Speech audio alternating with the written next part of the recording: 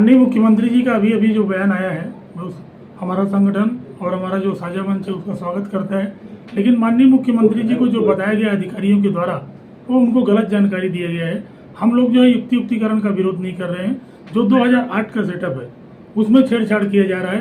प्राथमिक शाला में आप भी सोच सकते हैं कि 1+2 का सेटअप था, उसको 1+1 किया जा रहा है। 60 बच्चों में 2 शिक्षक कैसे पढ़ा सकते हैं, किस प्रकार की गुणवत्ता आ सकती है, ये माननीय मुख्यमंत्री जी से हम लोग समय मांग रहे हैं। उनसे मिल के बताएंगे और ये पूरे अधिकारियों की साठगांठ के द्वारा ये सब किया जा रहा है, क्योंकि अभी जो भर्ती हुई थी उसमें उन्होंने अतिशय जो है किया है, तो उन अधिकारियों के ऊपर कार्रवाई होनी चाहिए जिन्होंने अधिकारियों को किया है। माननीय मुख्यमंत्री जी को अभी सही जानकारी नहीं है। हम लोग जो है संगठन के माध्यम से माननीय मुख्यमंत्री जी से मिलने का समय मांगेंगे और वस्तु स्थिति से अवगत कराएंगे। मैं मनीष मिश्रा, संचालक साझा मंच। मुख्यमंत्री जी का जो अभी बयान आया है उसका प्रदेश के 2 लाख शिक्षक जो है सम्मान करते हैं, लेकिन युक्तिकरण के नाम से जिस तरीके से 2008 के सेटअप से छेड़छाड़ किया जा रहा है और पदों को कम करके किस प्रकार से माननीय मुख्यमंत्री जी शिक्षा का गुणवत्ता बढ़ाना चाहते हैं। यदि हम देखते हैं प्राथमिक स्कूल और मिडिल स्कूल के न्यूनतम सेटअप में एक पद कम किया जा रहा है, तो सीधे तौर पे 43,000 पद एक ही झटके में समाप्त हो रहे हैं। रही बात अतिशय शिक्षकों को शिक्षक विहीन स्कूल और एकल शिक्षकीय स्कूल में भेजने की जहां तक बात की जा रही है, उसका प्रदेश के शिक्षक संगठन विरोध नहीं कर रहे हैं। विरोध इस बात का कर रहे हैं कि जो डीपीआई में बैठे हुए अफसर हैं जिन्होंने ये अव्यवस्था फैलाया कि जहां पर जब शिक्षक थे तो आपने अतिशेष वहां पर भेजा क्यों, अतिशेष वाली स्थिति निर्मित क्यों हुई। तो वर्तमान में मुझे लगता है कि जो डीपीआई में बैठे हुए अफसर हैं उनके बीच में उनका युक्तिकरण पहले किया जाना चाहिए, जो सबसे पहले ये अव्यवस्था फैलाए।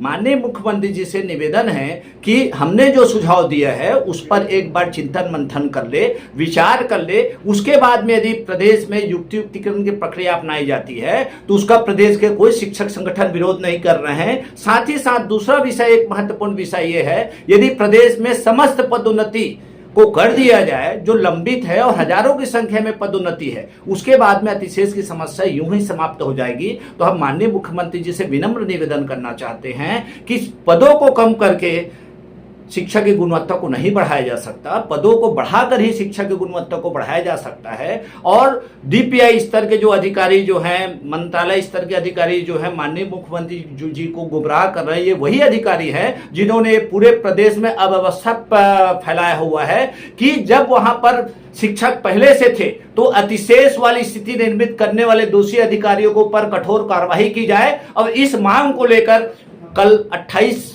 मई को हमारे पूरे प्रदेश के हजारों की संख्या में राजधानी रायपुर में हमारे साथी एकत्रित होंगे। और माननीय मुख्यमंत्री जी से पुनः मैं निवेदन करना चाहूंगा कि वो एक बार डेलीगेशन से को बुलाकर बैठकर बातचीत करके इसका रास्ता निकाल सकते हैं। और मुझे लगता है कि निकल जाएगा, लेकिन चर्चा करने से ही, बात करने से ही बात बनती है। वीरेंद्र दुबे, प्रदेश अध्यक्ष, छत्तीसगढ़ शालेय शिक्षक संघ। मुख्यमंत्री के द्वारा आज युक्तिकरण के संदर्भ में जो बयान आया है बहुत ही निराशाजनक है। स्कूल शिक्षा विभाग के आला अधिकारियों के द्वारा अपनी गलतियों को छुपाने के लिए युक्तिकरण करने की जो कार्रवाई हो रही है, जिससे प्रदेश में स्कूल शिक्षा विभाग के 43,000 पदों को समाप्त किया जा रहा है। अगर माननीय मुख्यमंत्री जी को ऐसा लगता है कि 43,000 पदों को समाप्त करके गुणवत्ता युक्त शिक्षा हम दे पाएंगे तो ये बहुत ही निराशाजनक है। मैं मुख्यमंत्री जी से विनम्रता पूर्वक आग्रह करना चाहूंगा कि आप शिक्षक संगठन से जो सुझाव आ रहे हैं सुझावों के आधार पर सरकार वार्ता करे और वार्ता कर समाधान निकाले। हम चाहते हैं कि जहां पर शिक्षक नहीं है उन विद्यालयों में शिक्षक भेजे जाएं, जहां पर अतिशेष है वहां के शिक्षकों को भेजा जाए। इसका कोई भी शिक्षक संगठन विरोध नहीं कर रहा है, लेकिन अगर सेटअप का छेड़छाड़ किया जाएगा तो प्रदेश के शिक्षक आने वाले दिनों में उग्र आंदोलन करने के लिए विवश होंगे। केदार जैन, प्रदेश संचालक, साझा मंच।